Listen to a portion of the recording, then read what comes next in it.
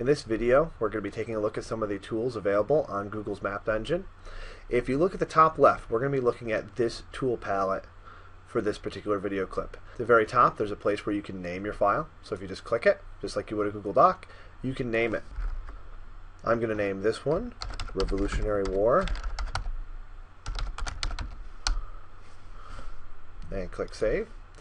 And if I look at that and decide, wait a second, I'd like to name this something different, I can click on it again, and I'm going to say Revolutionary War Battles, because this is going to be a better description of my map. I have an ability to add more text to describe this map if I'd like. I don't wish to right now, so I'm going to just click Save. You'll see my new modified title is now appearing up here. The two tools underneath the title have to do with how you're going to organize and work with your maps. The first one looks like a folder, and when you click on it, it brings up a menu a lot like a file menu on different pieces of software you've probably used. It gives you the ability to create a new map, open a map that you've already created. This is where you come to delete maps. If you have a map you'd like to get rid of, you have to actually open it up and click delete, and it'll go away.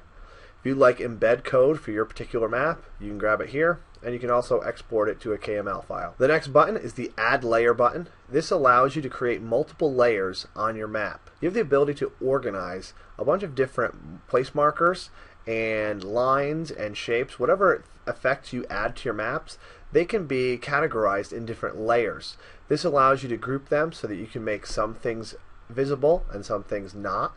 This allows you to customize your map and show everything together, or just show separate layers. This can be very useful to you if you would like to show the progression of time. So you can create one map layer about a particular period in time, and your place marks reflect things going on there. Then you can create another layer about a different point in time, and place markers that match that, and it allows you to compare and contrast the two. One of the easiest things to do is when you create your place marks, as they appear on your layers. There's also this import feature, which allows you to bring in place marks that you've pre-made. I'm going to show you quickly how to do this. If I have a Google spreadsheet and I've typed in my locations, I've added titles for those locations, and I've added dates for them, and I can even found pictures and grabbed the hyperlinks off Google image searches and pasted them here. I can actually import all this information into my map in just a second.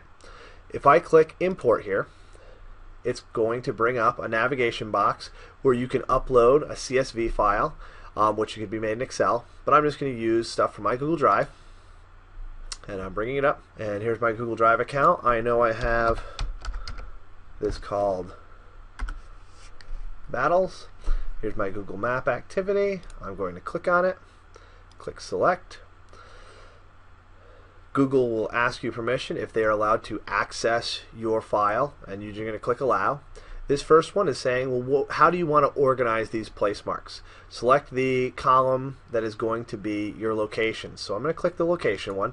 This is what Google Maps Engine is going to use to kind of place my tiles. The next one is going to be the title of those place marks. I'm going to click Battle, and I should see a bunch of place marks popping up in just a moment. I now see on my map, it's zoomed in, I see my place marks along with a list of these place marks listed right here on my tool pad. So it's very handy. Each of these, if I click on them, brings up my information. Now, one of the cool things you can do with your place tags is actually have links there, and these links can actually display pictures. We'll take a look at that as we're looking at the section on using the place mark tools. But this is a quick, easy way to plot information on a map.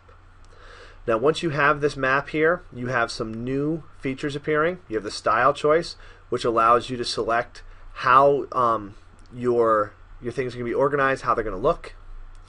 You can also click on data, which is really cool. Brings up a table of every place mark you have. Even allows you to edit them. I notice here I have a capital letter in Lexington I'd like to get rid of. I'm going to delete that, fix it, and it automatically updates and will reflect, the changes will be reflected on my place marks. But this is a great way to look at your information and manage it. And then the labels gives you the choice of how you're going to label each place mark. And as I go here, I can click on each one and it will bring up whatever place mark is associated with it. As I go to the very bottom of this toolbar, I'll see the base map. If I look to the right of that, I'm going to see a drop-down menu. If I click on that, it gives me choices for how I want to see the map. Now it's kind of defaulted to this view of a map. If I click on the satellite one, it'll give me a more realistic look at what everything in my area or my view screen looks like. I can also choose to have it shown more of a relief map so I can kind of see the geographic features. This might be pretty useful, especially if you're dealing with battles, because pretty good chance that geography of a battle is going to affect the outcome. So here I am, so my tag's up here around the Boston area. But this is a great way to use these tools to add information to your map.